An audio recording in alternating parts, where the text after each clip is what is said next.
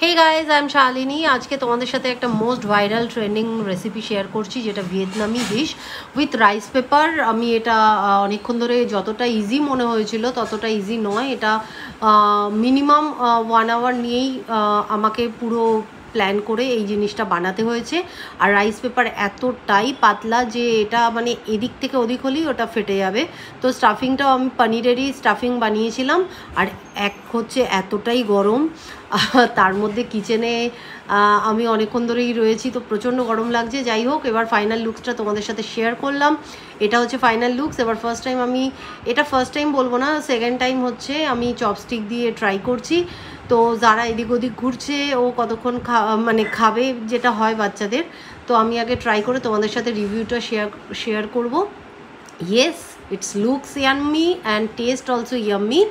তো তোমরাও ট্রাই করে দেখো, আমার তো বেশ ভালো লাগলো। See you in next video, tata.